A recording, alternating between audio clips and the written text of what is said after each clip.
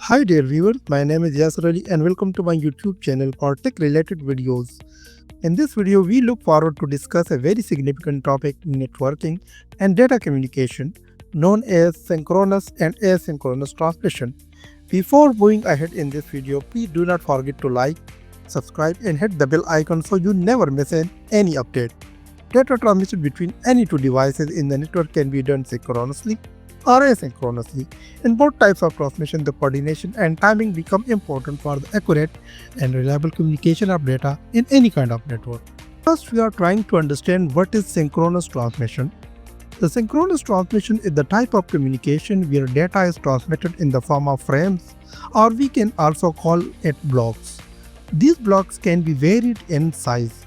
In this type of transmission, both sender and receiver maintain a shared synchronous clock.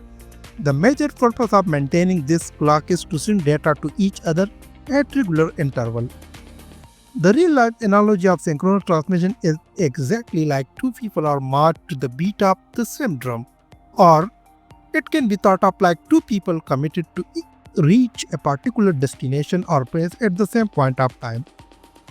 The synchronous transmission of communication does not use any gap between the bits, just like used in the asynchronous transmission. When we talk about synchronous transmission or communication, then it is imperative to understand that what is synchronous clock.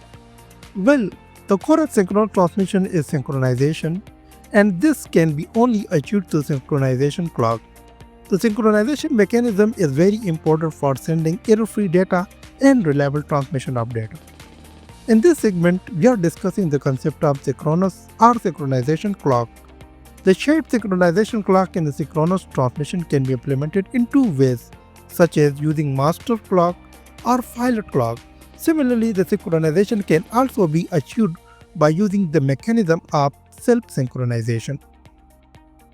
First, we are trying to discuss the master clock approach. In this type of approach, a common clock signal generated by a separate clock generator is transmitted to both the transmitter and receiver. This is known as the master clock approach, while in second approach known as the pilot clock synchronization. In this sort of approach, alternatively a separate clock line can be dedicated to synchronize the transmitter and receiver. This kind of approach is called pilot clock approach. Similarly, the synchronization can be achieved by using the concept of self-synchronization, in which the data signal itself contains timing information that the receiver can use to synchronize. So first, we are looking to understand that why synchronous transmission is used. Well, there are several reasons that the synchronous transmission is the most valuable choice of communication. This kind of transmission can be used whenever a large amount of data is delivered at a high speed and continuously. Similarly, this kind of transmission can be used to send data from sender to receiver in accurate and reliable fashion. Synchronous transmission is more ideal choice for the real-time application. So in this segment, we are going to discuss what are the different reasons that the synchronous transmission can be used. So the first thing is synchronous transmission is used to send data at the very high speed. Synchronous transmission is faster than asynchronous transmission because it transmits data in the form of blocks or frames, which is reducing the overhead from start and stop bits for each byte. Similarly, another reason for using synchronous transmission is that it is suitable for applications where real-time interaction is needed, like video conferencing or online games where data needs to be delivered within minimal delay. Similarly, another reason for using the synchronous transmission is that it is very ideal choice whenever the timing becomes critical. This is the third point to justify the use of synchronous transmission. In scenarios like data acquisition, in research or defense, where data needs to be captured and processed in real time, the synchronous transmission ensures that the accurate and complete data stream. Similarly, the synchronous transmission is the most valuable choice whenever we want to send large amount of data. In this case, if you want to send large amount of data in less time, then there can't be better choice than synchronous transmission. When transferring a bulk of data between devices or across the networks, the synchronous transmission provides more efficient and reliable transfer as compared to the asynchronous method. Similarly, the fifth reason of using this kind of transmission is that the high-speed data transfer and the reliability crucial in the data centers, and synchronous transmission can facilitate these kind of requirements in the data center interlinks. Similarly, less overhead. The synchronous transmission avoids the overhead of start and stop bits for each byte, leading to the higher efficiency. Well, we are about to discuss the example of synchronous transmission. The most common example of synchronous transmission are chat rooms, telephonic conversation, and video conferencing. In all these communication, if you closely look at that, the timing becomes very important in these sort of communication. Okay, so far we have discussed that synchronous transmission is the most valuable choice when it comes to communication. But there are certain limitations of synchronous transmission which we are going to discuss in this segment. The first limitation of synchronous transmission is precise timing. In synchronous transmission, the precise timing is the major need of the synchronous transmission, as the synchronous transmission relies on the shared clock for both sender and receiver, which is requiring a very accurate synchronization to avoid any kind of errors in the network. Similarly, another limitation of synchronous transmission is clock drift. If the clock drifts out of the synchronization, then the data corruption can occur, and especially if the transmission speed is very high. So that becomes very serious problem. Complexity is the most important issue when it comes to synchronous transmission. Like implementing the synchronous transmission, particularly within multiple devices or across large networks, then it can be more complex and costly than asynchronous transmission. The last, one of the major limitations of synchronous transmission is that it is less flexible. It means that the synchronous transmission is less adaptable to the variable data rates. As we know, in the synchronous transmission, the speed among the devices is fixed by the shared clock. So, during the synchronous transmission, it is very less efficient when dealing with the shorter bursts of data, as the setup time and the synchronization overhead can outweigh the faster data transfer rates. Error susceptibility, the last major concern of synchronous transmission.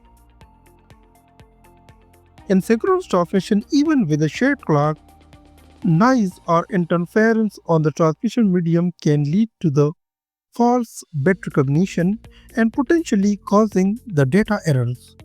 Okay, dear viewers, after understanding the concept of synchronous transmission, now we are going to discuss what is asynchronous transmission. Asynchronous transmission is the type of transmission in which data is transmitted in the shape of characters or bytes. In this kind of transmission, the data is synchronized between the sender and the receiver without the use of synchronization clock. This kind of transmission transmits the data one character or 8 bits at a time. This method of communication, total 8 bits are transmitted with the start bit preceding the character and the stop bit following it. This type of transmission also uses parity bit for the error detection and recovery. After understanding the concept of asynchronous transmission, now we are going to discuss how asynchronous transmission works. As previously stated, that the start bit is used to represent the beginning of character, while the stop bit are used to represent the end of character. We also know that the asynchronous transmission transmits the data intermittently. So now we are going to look at the working principle of asynchronous transmission. In asynchronous transmission, once the receiver receives one group of characters or byte of data, then it waits for the next one to arrive.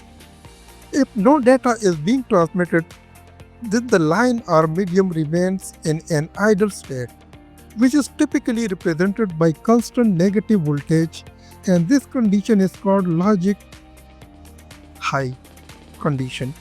But when a new character arrives, then this new character is signaled by the start bit, which is usually represented by the positive voltage, and this state is known as logic low condition or state. Then the receiver is alerted to the arrival of a new byte. When it sees the negative to positive voltage, then this transition is known as edge transition. It means that the signal is leading edge of the start. Whenever edge transition occurs, then the receiver starts counting bit times from when an incoming start bit is detected in the network. Because locks in both the transmitter and receiver are ticking at the same nominal rate, the receiver knows roughly when to sample each incoming bits of size 11 bits, including stop bit. Once the stop bit has been sent by the transmitter, the idle state resumes. So both systems are ready for the next block of data to be transmitted in the network. After understanding the working principle of asynchronous transmission, now we are going to highlight some of the examples which are showing the concept of asynchronous transmission. Some of the major examples of asynchronous transmission are emails, forums, and text messages. After discussing the examples of asynchronous transmission, now we are going to discuss some of the limitations of asynchronous transmission. As we know, asynchronous transmission is also subject to the various limitations which are given below. The synchronicity is the major issue of the asynchronous transmission. Synchronicity can be difficult to determine in the asynchronous transmission, and finally, this synchronicity issue leads to the timing errors in the asynchronous transmission. Another limitation of asynchronous transmission is that it offers overall slower transmission rate, and this slow transmission rate is due to the data overhead issues. Similarly, the third limitation of asynchronous transmission is that extra data is required in the form of start and stop bits, increasing the overall size of the transmitted data. The final limitation of the asynchronous transmission is false recognition of bits. It can lead to the noise on the channel as well. The final limitation of asynchronous transmission is the false recognition of bits, which normally occurs due to the noise on the channel. In this section, we are about to discuss the difference between synchronous and asynchronous transmission. We are going to discuss synchronous and asynchronous transmission in terms of different parameters like storage, cost, speed, type of data, and transmission methods. The first parameter that we are going to discuss asynchronous and synchronous communication is speed. The first parameter that we are considering for the comparison of synchronous and asynchronous transmission is speed. The speed at which the information can be transported is one of the most important factors to take into account when it comes to the data transmission. Comparatively speaking, synchronous transmission is far quicker than asynchronous transmission. However, the asynchronous transmission is ideal for low-speed devices that transfer tiny amount of data. The high-speed devices which are sending a large amount of data at quicker speed must be adopting the synchronous transmission. Similarly, the requirements to send start and stop character also slow down the asynchronous transmission, which is not an issue with the synchronous transmission. The second parameter that we are taking into account is cost or price. In synchronous transmission, data bits are less expensive than in asynchronous transmission. On the other hand, asynchronous transmission is simpler than synchronous transmission. Because of this, asynchronous transmission is generally more economical way to transfer the data.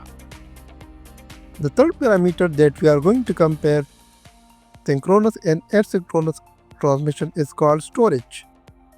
We know in synchronous transmission, there is no need of maintaining any kind of buffers at the terminal ends, while on other hand, both the sending and receiving devices in the end synchronous transmission must be maintaining a buffer to store the blocks of data.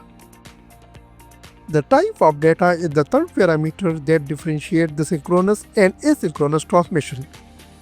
The synchronous transmission has the data being sent in the form of blocks or frames, while in asynchronous transmission, the data is sent in the form of characters or bytes. The final parameter of our comparing the synchronous and asynchronous transmission method is transmission method. The transmission method defines the application of hardware, software, or the combination of both.